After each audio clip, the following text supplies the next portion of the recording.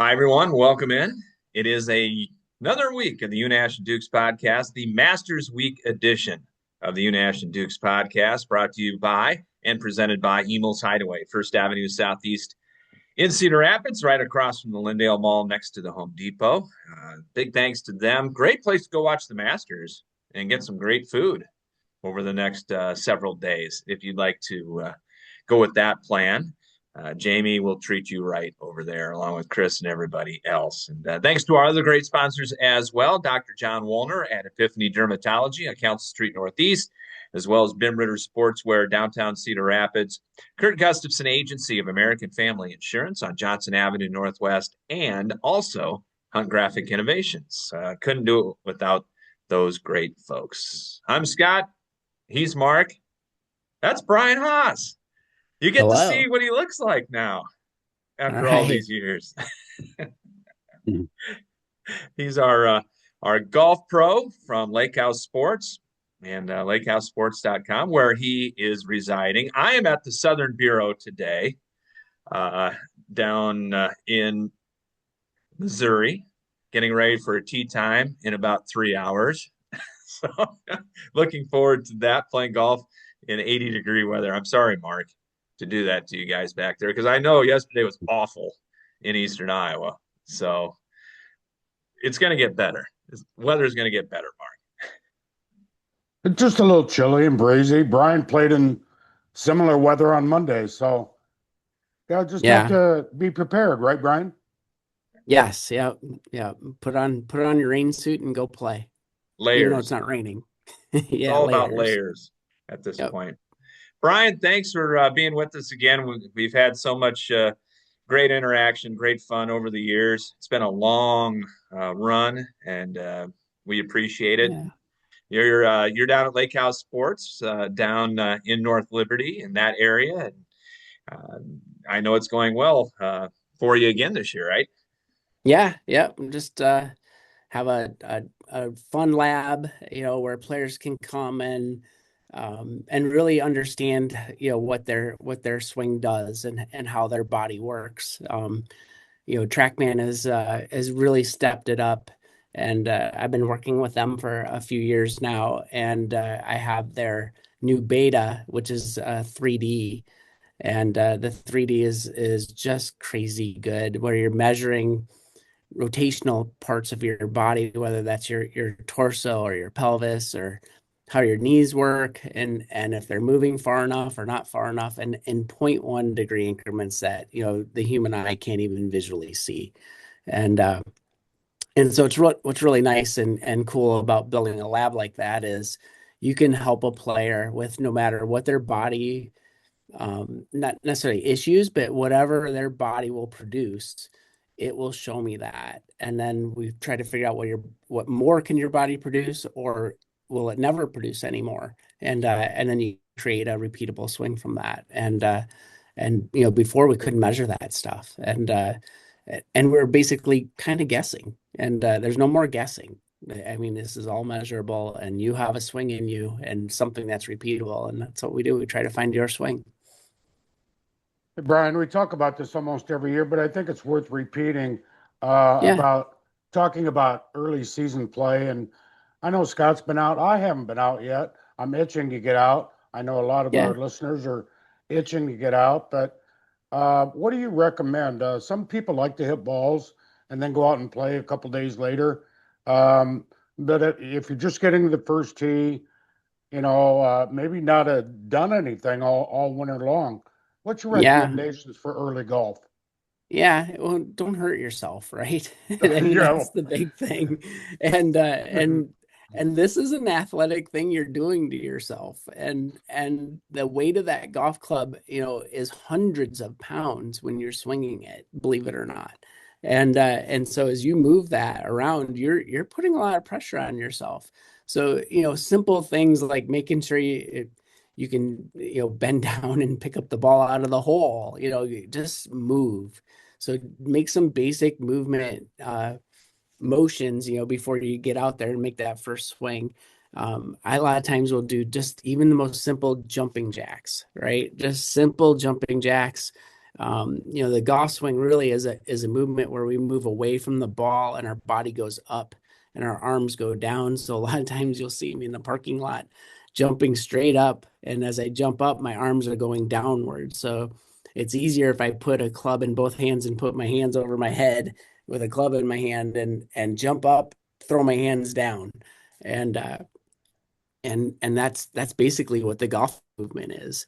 But that's just getting my body warmed up and moving. So just even if you don't do the jumping jack part, if you just stand and jump in place, you're at least warming up your body, getting those muscles moving. I do that a lot because a lot of golf professionals will get invited to play and they'll just run out to the tee box and go play.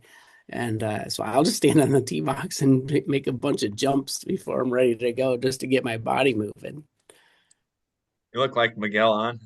What's Jimenez out there? Yeah, right. He has some fun ones, doesn't he? I mean, when he puts his hands on his knees and he makes that big old circle, hula hoop circle that he makes, and yeah, I love all his little exercises. And he's a fun one to copy, which everybody's gonna laugh, but it actually works. But there's a method to his madness, though, like you Yeah, said. definitely a method. Yeah, no doubt about it. Right. And as we keep getting older, I'm 58 years old, and I have to, every morning and every evening, I spend a bare minimum of 20 minutes of rolling out and stretching and getting my hips to move left and right because of how this is such a rotational game. And so I spend a bare minimum. That's saying I don't have much time, but I still at least spend 20 minutes at it every day, morning and evening. Everybody goes into the season. They want, and you see this down at your store. I see it.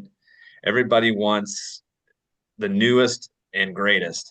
And Yeah. the magic club that's going to give them 25 more yards, uh, going to be, less than $200. and other things. But we've had a lot of time. That'd be in 4 monthly installments. Yeah, be right. Yeah. Yes. And then a new driver, right? But everybody's thinking golf over the winter and they want to jump into it with something new, which is great. I mean, that's Yeah, golf out there. it's But it's fun to add to your bag, no doubt about it. And I know where you're headed with that question. And here's the reality of it. If you don't have a recent golf club within probably the last 6 years, you can buy some game. And I wouldn't say that because most players that come into my lab, I just had one the other day that came in. He goes, I think I need the GT2 instead of the GT3 or something like that. And I said, no, that's not it. We did your fitting, everything's good, right? There's something wrong with your golf swing. Let's go fix your golf swing. So generationally, titles will even tell you that if you have a GT, you're not going to get, if you're fit properly the first time, you're not going to get a lot out of a GTS. You're going to find something, right? They made the head go faster through the air, so the aerodynamics are a little faster. So you might find a mile an hour or something like that in club head speed, and maybe a touch more if your fit wasn't absolutely perfect. And but it isn't going to be it's not a ton. And so they really look at it in because they run 2 year cycles. About every other driver is what you need. Then you'll see some changes. You'll see some yardages. You can physically see it and definitely see it on a launch monitor. When some of the manufacturers, TaylorMade, Callaway, some of the others do a driver every year, and they may not put it out that you got to get the latest and greatest driver every year, but they think the same thing, right? You don't need next year's driver right away, but if that's what you like to do, that's awesome and that's fun, and that's your thing. That's great. But the reality is there's not that much difference between them. Brian, when we get out and play in the springtime, especially, the wind is a big factor. It is today.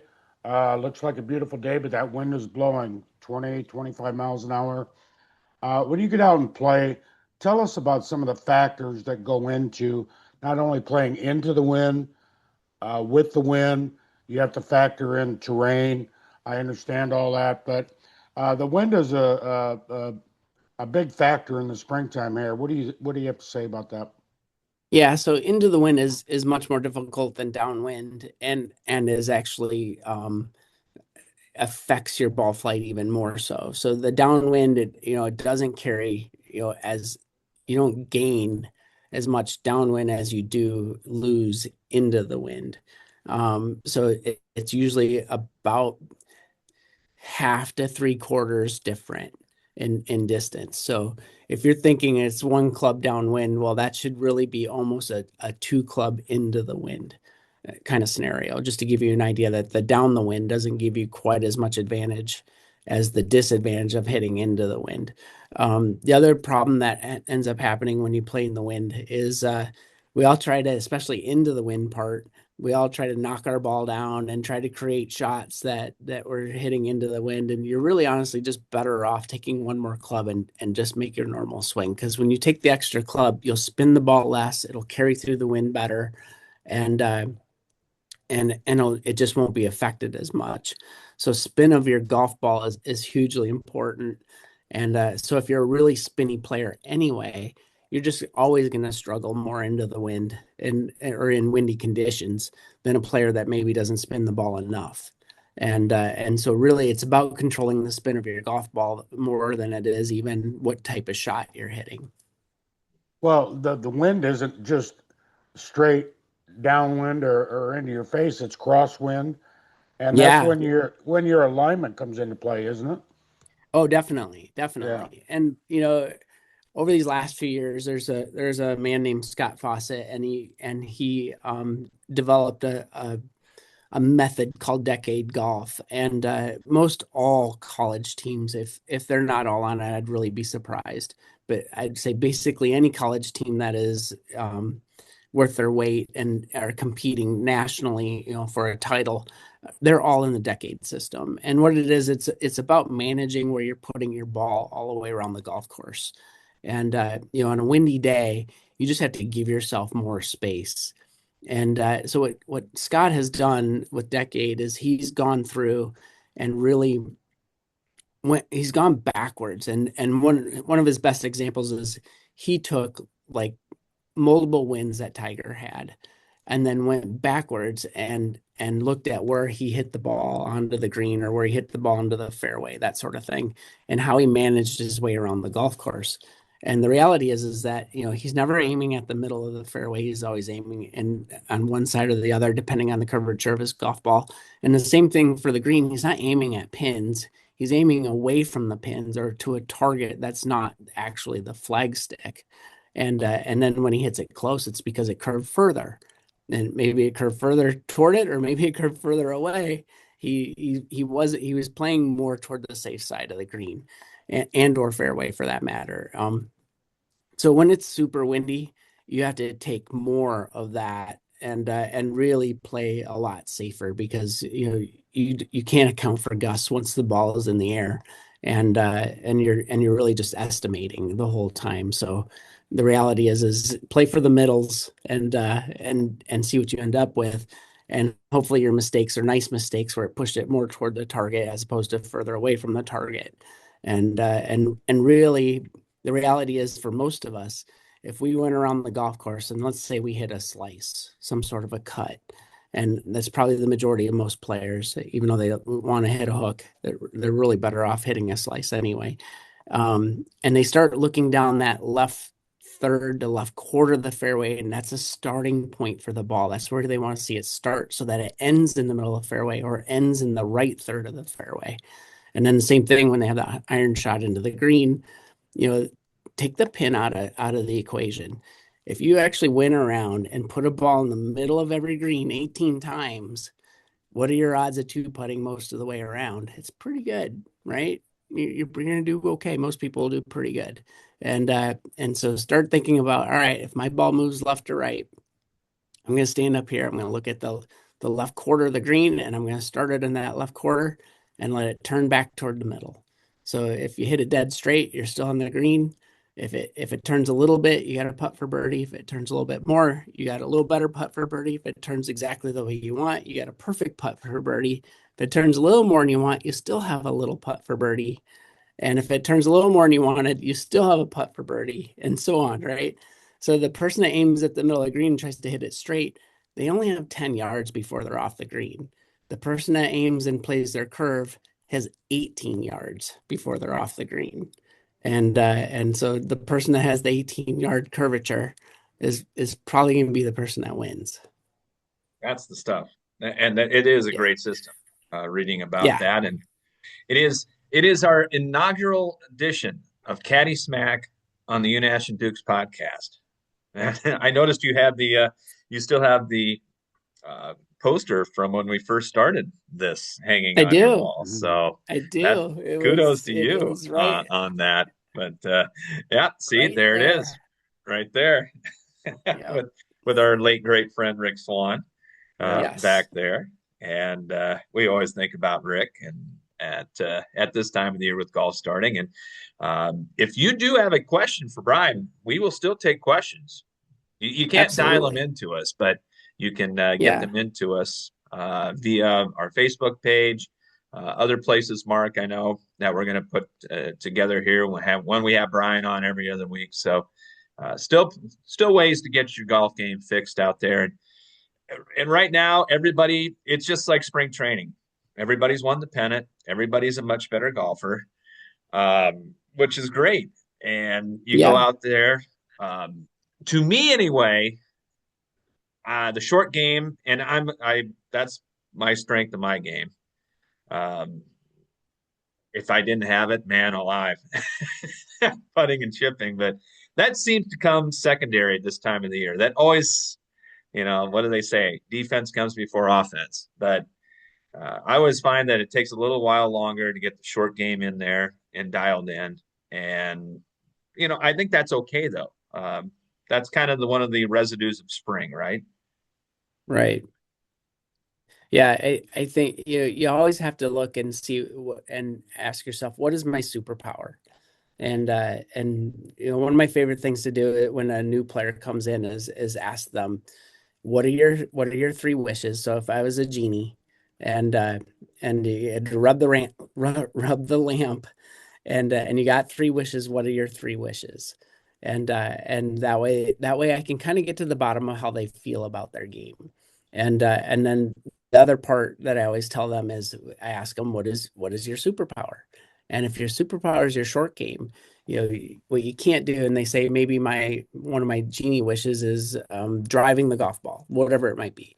Um, I have to make sure that as we're getting better at driving the golf ball or hitting greens or whatever it might be, on in their three wishes, that I'm also taking their superpower and making that better. So their superpower has to stay their superpower, and I don't want something else to catch up and then surpass their superpower, and that superpower needs to keep growing just the same way that their game is growing in other parts of the game. So I love to hear that. I have a superpower. It's my short game, and don't leave that part out. Keep working at it. Keep finding ways to grow at it. And there's even inside your superpower probably things you can probably get a little better at. Brian, as you know, there's plenty of hazards on the golf course. One of them is water, and Okay. uh, we've heard pros don't see water. I don't believe that. Maybe it's true. I don't know. But those of us that just play with the friends and whatnot, I played with friends that see water on the left or in front of the green or whatever, maybe 13 at Old Fake Pine. I'm Yeah. gonna reach in my bag and get a scuffed up ball because I don't want to. I want to lose that Pro V1. Well, you're already Right. defeated. You're already defeated if you do that, I think. Right. But Right. recommendations on water, wherever it may be. Sure. So first, don't use the scuffed up ball because it won't fly as well. And right. And so that is the honest truth, right? It won't fly as well. Yeah. And those dimples are there for a reason. When they get scuffed, it changes it. They won't fly. We can scuff up a ball and then hit it on the TrackMan, and I can show that to you. So then the second piece is you're not wrong. I don't see the water, and What? I see carry. You're exactly right. I don't see the water. I mean, don't get me wrong. I can see it, but that is not what I'm focused on. I am focused on a carry. So what most players don't do is if I said to you, what club, how far do you hit your 7-iron? Mhm. How far do you hit your 7-iron? What With the is your wind, distance? Yeah, just a oh, normal. There's no conditions. It's a beautiful day. And I said, hit a 7-iron. How far does that go? 155, something like that. Okay. Yeah. Yeah, that's pretty good. So, I mean, you gave us maybe a better answer than most, and a lot will just say 150, and Hmm. or they'll say 160, or they'll say 140. Whatever that number is, they give it a whole number, and the reality is, if I go get my yardage book out of my bag, I don't have a whole number in there except for maybe one club. I think my 5-iron actually carries 200 yards. So in my book, I have every club to where I know exactly how far it carries. And so it's an average number that I use using TrackMan, and no conditions or minimal conditions, but you can always take those out with that. And by club, so for instance, like my pitching wedge carries 138. I can't hit it 140. I've tried. It ain't going there. And it's 138. And so when you're standing over your shot, and you've factored in wind, you've factored in uphill, downhill, and mathematically your number to what your carry point is, then I'm just looking in my book and saying, all right, what gets me there? And I have to carry it at least this distance. And sometimes you end up in between clubs. That's when golf gets difficult. So yesterday we were practicing because the conditions were rough. We practiced indoors and we played Bandon Dunes. It has a par three course, and so we pull that up on TrackMan. We make it difficult with wind and pin positions, and and I had only two holes that were tweener shots, meaning they fell between two golf clubs. One wasn't quite far enough, and one was too long, and so then you got to figure out what you're going to do there. Those other 12, 11 holes, I actually had really good numbers every time, so I shot 4 under. And so I had a lot of shots that hit my numbers really well.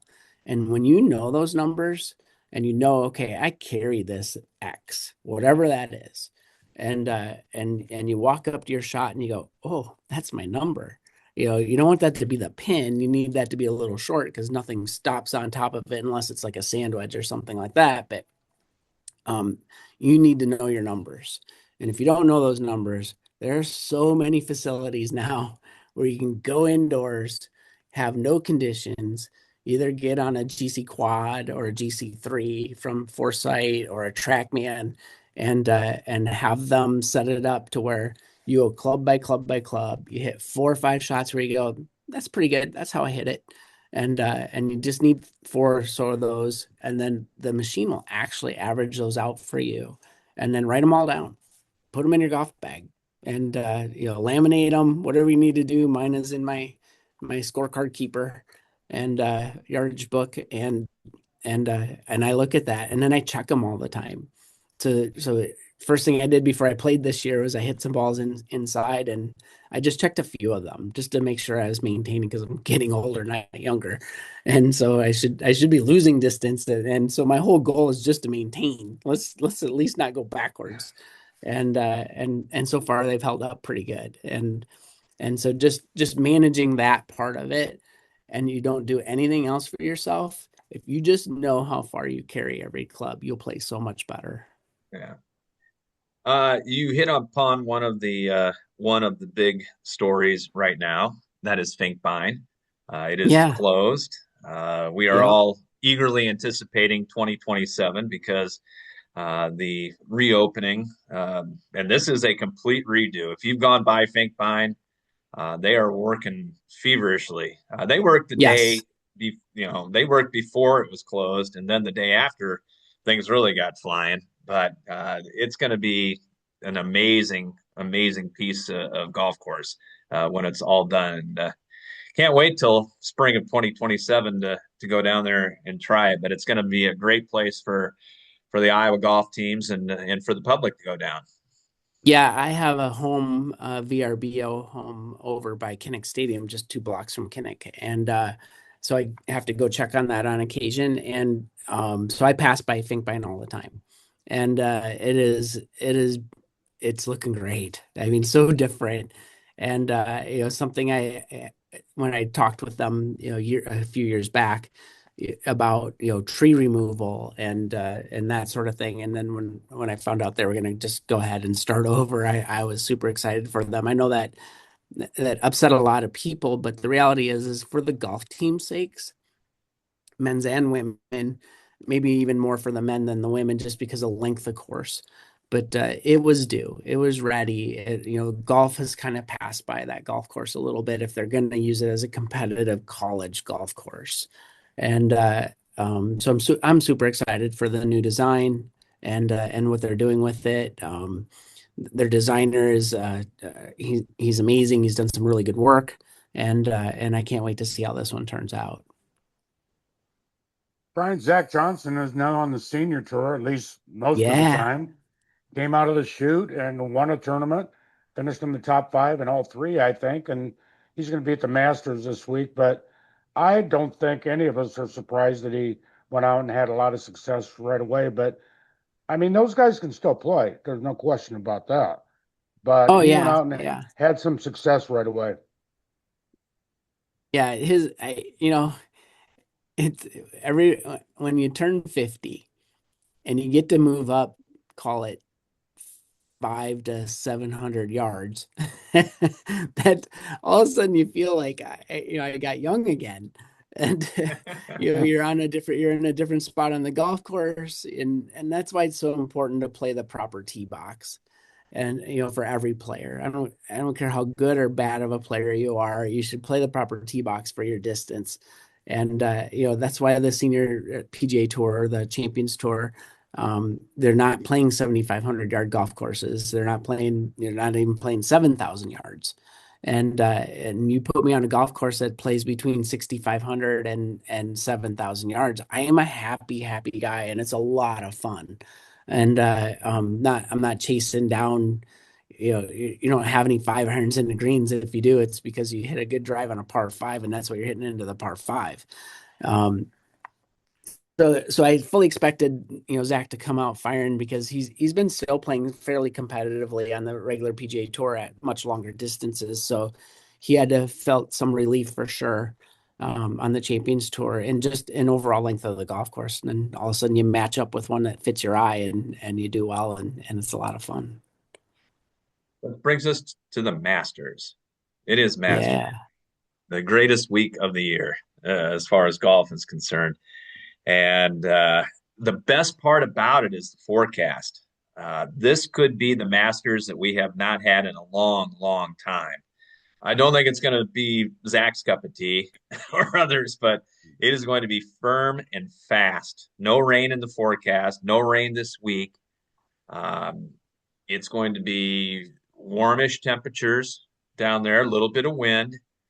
Uh, Boy, everyone is talking about the fact that you are going to have a good short game. That's going to bring the winner this week. We'll see if that's the case, but I'm looking forward. I always look forward to the Masters, but I'm even looking more forward to it this week because of the potential to see Augusta National play the way everybody wants it to play. And we haven't seen it in a while. Right, right. Yeah, it's going to be firm and fast for sure. And it'll be interesting to see because I saw that it was 10, 11, 12 for maybe the last four or five Masters champions is how far under par they were.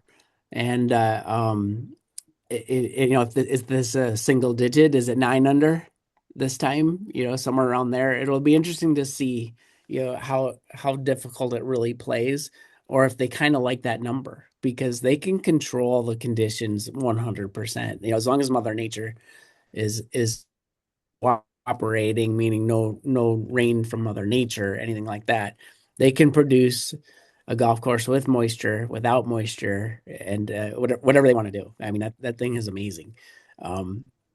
So if that 10, 11 number is kind of the number they want to see, they'll be able to completely control that to get it to there. If they want to see something less, 8, 9 under par, they can do that as well. So it'll be interesting to see what they do. There's been Left-handers, there's been old guys, first timers, don't have a whole lot of success. The profile, the average winner I read, 5'11", 180, 30 years old. Who is that? Oh wow. Well, it's not Scotty. He's 6 foot plus.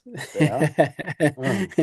And with Scotty, it seems like he's winning about every other year. So maybe this is his year again. Every time But his wife has a uh, baby. yeah, right. He's gotta make more money. He's got another kid to feed. But I'm kidding. But wow. Xander's been playing really well. There's some really good. Bryson's been playing really well lately. John Rom. Rahm. Yeah, I mean, there's some players that we don't see all the time. I have no idea how DJ's been playing. I haven't been following him lately. Just for talking about uh, live players that we don't see all the time. Uh, but as far as that 5'10", 5'11" player, wow, that makes sense. I mean, that's what, a standard set of golf clubs is built for that size player. If they're proportionate, meaning their torso, arms, and legs are all proportionate, a standard golf club is built for about a 5'10", 5'11" player, just to give you an idea. And it does make for a pretty optimum golfer as far as how mechanics work. But I don't know who that player is. I really don't. I mean, that Tommy would be kind Fleetwood. of fun. Oh, Tommy, yeah, he's been playing really good too, right? Yeah. Yeah, that's a good I think one. people He's would right in like that that. size range. Yeah, yep. Zach's in that size range, Yeah. right? Yeah, I I like like that. That's I fun. like I'm going to throw a few guys out there. I like Rom. Yeah, Rom has been playing really, really well. Um, yeah, Matt, Matt Fitzpatrick. I yeah. think I think it could be Matt Fitzpatrick's time. And you want a dark horse, even though it's his first time. I think he is built for this golf course, and that's Chris Scotterup.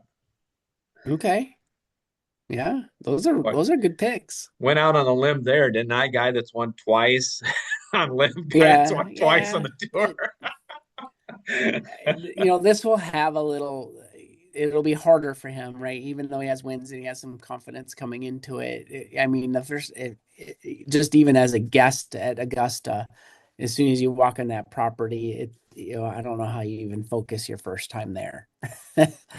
That'd be tough. Mark, who do you like?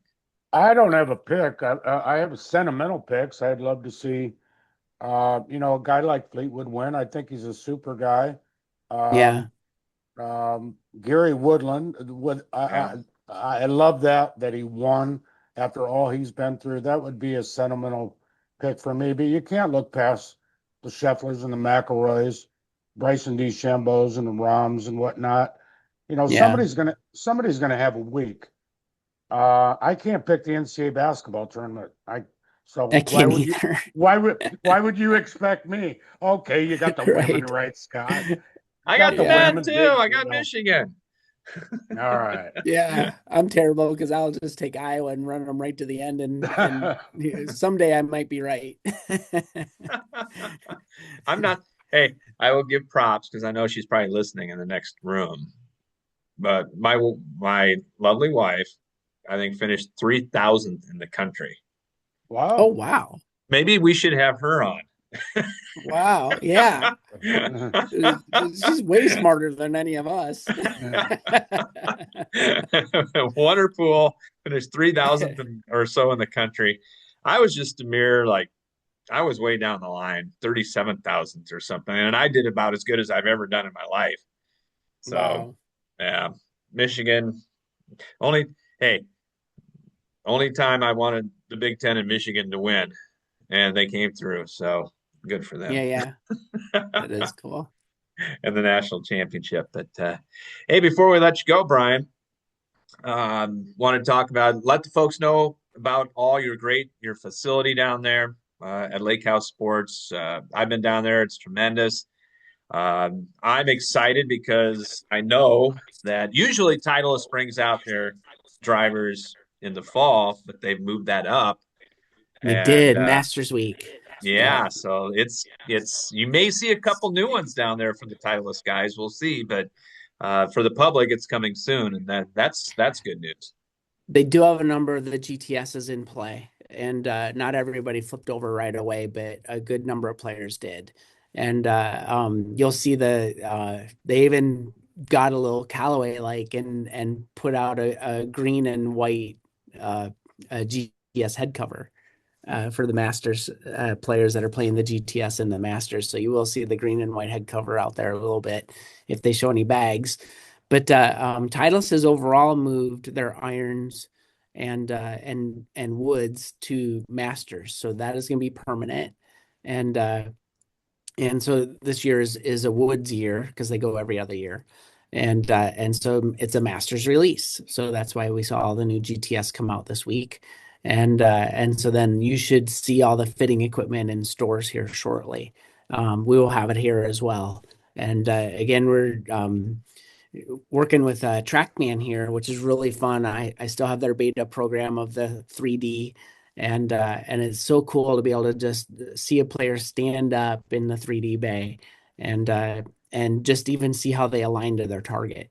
And so it looks at their feet, their pelvis, and their torso, and the number of players that have stood in there that are X'd, like their feet are going one way and their torso's going another way, or maybe it's their pelvis is one way and their feet are another way, that sort of thing. Instead of all whether they play a draw, to the right for a right-handed player, or if they play a cut, to the left for a left-handed player. But we can really physically see everything in 0.1 degree increments and how they do it. So just a lot of fun and different, and looking hopefully soon to add in force plates, because we know now too that how you jump and move through the golf ball means a lot, and how you play. And most everybody does make that movement, but they don't make it at the right time. And what force plates allow you to do is find out when you make that movement, whether it's too early or too late. Typically, you can't do it too early, and or early enough. And so that would be a new addition that will be coming this year as well. And um, they're expensive, and they're definitely an amazing toy because the whole game is full of toys, right? And but we're gonna be able to see everything that you do, no matter how old you are, no matter what score you're shooting. That doesn't matter if your goal is to get better. Those are the tools that you have to seek out from your golf professionals to really understand what you do, just so you're not making band-aids. So you're making fixes for how your body moves. And that's what we do here. Well, Brian, thanks. It's been Caddy Smack on the Unash and Dukes podcast. Do appreciate it. We'll see you in a couple weeks. And again, if you have a question for Brian, get it to us via our YouTube page, Facebook page. Mark's going to have that up and ready to go for you to get a lesson from Brian on our next edition of Caddy Smack on the Unash and Dukes podcast. And thanks, Brian. Appreciate it. And we'll see you next time. All right. Yeah, thank you. See you guys. Take care. All right. Thank you, Brian. And want to thank our great sponsors. Of course, our presenting sponsor, that is Emil's Hideaway, First Avenue Southeast in Cedar Rapids, right across from the Lindale Mall and next to the Home Depot. Thanks as well to Hunt Graphic Innovations, Ben Ritter Sportswear, downtown Cedar Rapids, Kurt Gustafson Agency of American Family Insurance on Johnson Avenue Northwest, and Dr. John Woolner at Epiphany Dermatology on Council Street Northeast in Cedar Rapids. Get John called to if you want to go out in the sun for golf this year. All right, we'll be back with you coming up on Friday with our next edition of the Unash Dukes podcast. Thanks, everybody, and we will talk to you next time. Bye.